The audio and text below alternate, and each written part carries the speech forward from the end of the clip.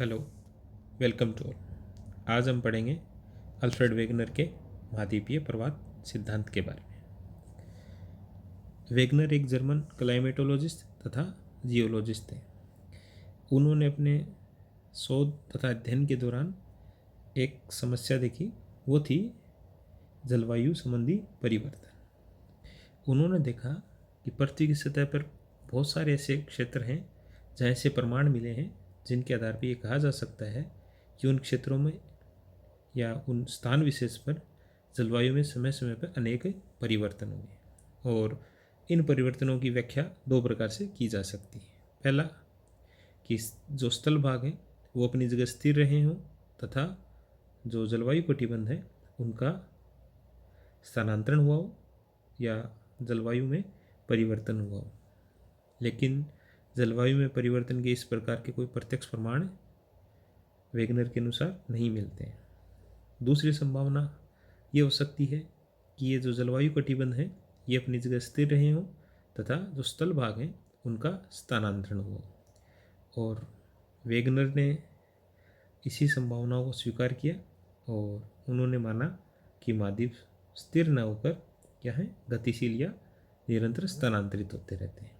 और इसी आधार पर अपने 1912 में अपने महाद्वीपीय विस्थापन सिद्धांत को प्रतिपादित किया। अब देखते हैं सिद्धांत की कुछ मूलभूत संकल्पनाएं। वेगनर ने माना कि वर्तमान में जो महाद्वीपों का वितरण देखते हैं वो सदैव इस प्रकार नहीं था और लगातार ये भूगर्भिक समय में परिवर्तित होता रहा है। अगर कार्बोनिफरस युग की बात करें तो ये जो समस्त जो स्थल भाग है, ये जो महाद्वीप है, ये एक संयुक्त स्थलखंड पेंजिया के रूप में थे तथा इसके चारों ओर जो जलीय राशि है वो पेंथलासा के नाम से जानी जाती थी। और जो पेंजिया है उसका उत्तरी भाग लोरेंसिया तथा दक्षिणी भाग गोंडवाना लैंड था। और जो वेगनर हैं ये पृथ्वी की जो आंतरिक संरचना के बारे में जो स्वेस का सिद्धांत है उसको स्वीकार करते हैं। इनके अनुसार पृथ्वी की 3 परतें हैं, सियाल, सीमा तथा निफे। जो ऊपरी परत है सियाल, जिससे कि महाद्वीपीय भाग बने हैं, वो जो मध्यवर्ती परत है सीमा, उस पर बिना किसी रुकावट के तैर रही थी, ऐसा वेगनर ने माना। और ये जो कार्बोनिफरस युग है इसके अंत में या इसके पश्चात जो पेंजिया है इसमें धीरे धीरे विभाजन प्रारंभ हो गया और जो स्थल भाग है वो एक दूसरे से अलग होने लगे और प्रवाहित होने लगे, और जिसके परिणाम स्वरूप महासागरों तथा महाद्वीपों का वर्तमान स्वरूप प्राप्त हुआ।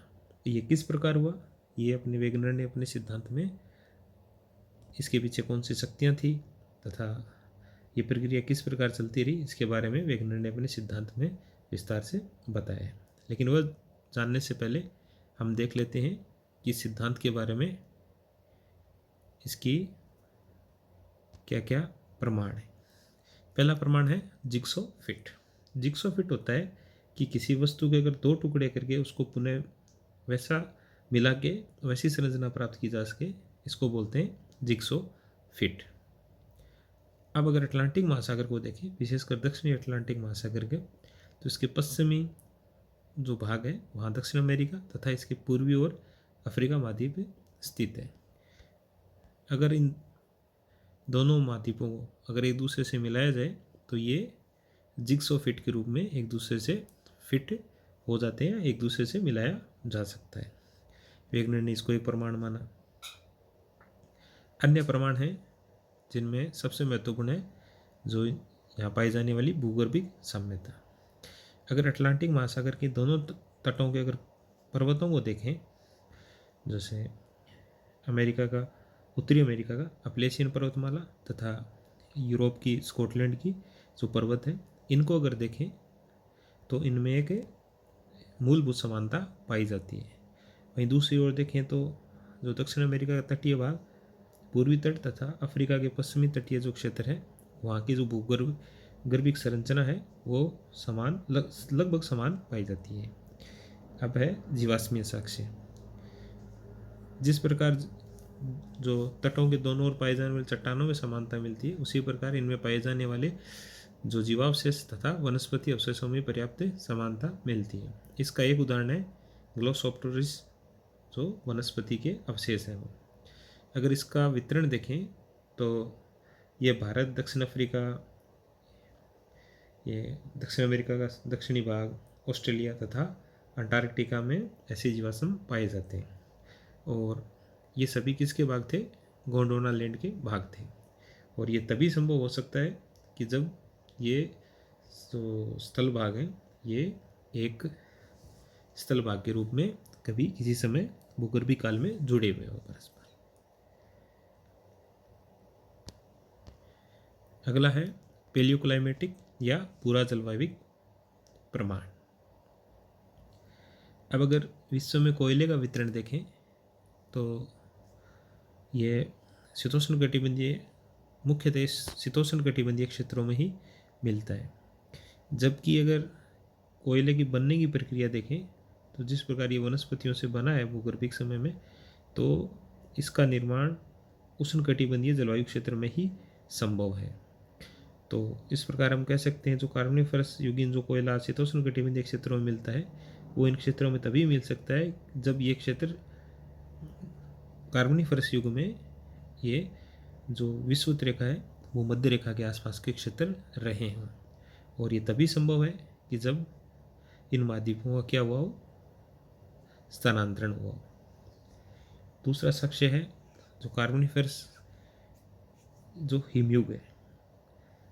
इस हिमयुग के समय जो पृथ्वी के एक विस्तृत भाग पे उत्तरी और दक्षिणी जो ध्रुव क्षेत्र हैं इनमें बर्फ़ की एक मोटी परत बिछ गई थी, जिसके कारण क्या जो अनेक प्रकार के ग्लेशियल डिपॉजिट्स का निर्माण हुआ।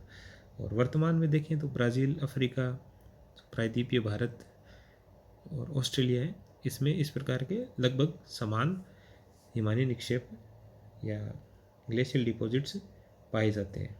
और ये तभी संभव है जब ये समस्त क्षेत्र किसी एक स्थल भाग के भाग रहे हों। और वेगनर ने माना भी ऐसा कि ये गोंडवाना लैंड के भाग हैं और दक्षिणी ध्रुव है उस समय डरबन के आसपास था, जो दक्षिण अफ्रीका का एक क्षेत्र है, शहर है। फिर देखते हैं कुछ जैविक प्रमाण। जैविक प्रमाण देखें तो इसमें स्कैंडिनेविया प्रायद्वीप जो उत्तरी यूरोप में स्थित है उसमें जो पाए जाने वाले लेमिंग नाम के छोटे छोटे जंतुओं को इसका एक प्रमुख उदाहरण माना जा सकता है। जब इनकी संख्या अधिक हो जाती है तो ये पश्चिम की ओर दौड़ते हैं, लेकिन आगे स्थलखंड नहीं होने के कारण ये सागर में जलमग्न हो जाते हैं। तो इससे क्या प्रमाणित होता है? इससे ये प्रमाणित होता है कि अतीत काल में जब एक स्थल भाग आपस में मिले हुए थे और तब ये जंतु पश्चिम की ओर जाया करते थे, लेकिन कालांतर में महाद्वीप विस्थापन के कारण ये अलग हो गए। लेकिन इन जीवों की प्रवृत्ति वही निरंतर जारी है। अब है कुछ नवीन प्रमाण।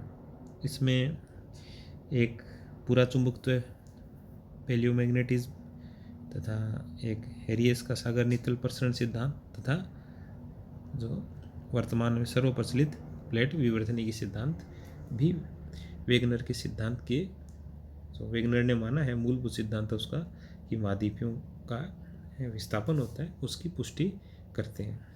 इसमें हम हैस के सागर नितल प्रसरण सिद्धांत तथा जो प्लेट विवर्तनी की सिद्धांत है इसके बारे में आगे विस्तार से पढ़ेंगे।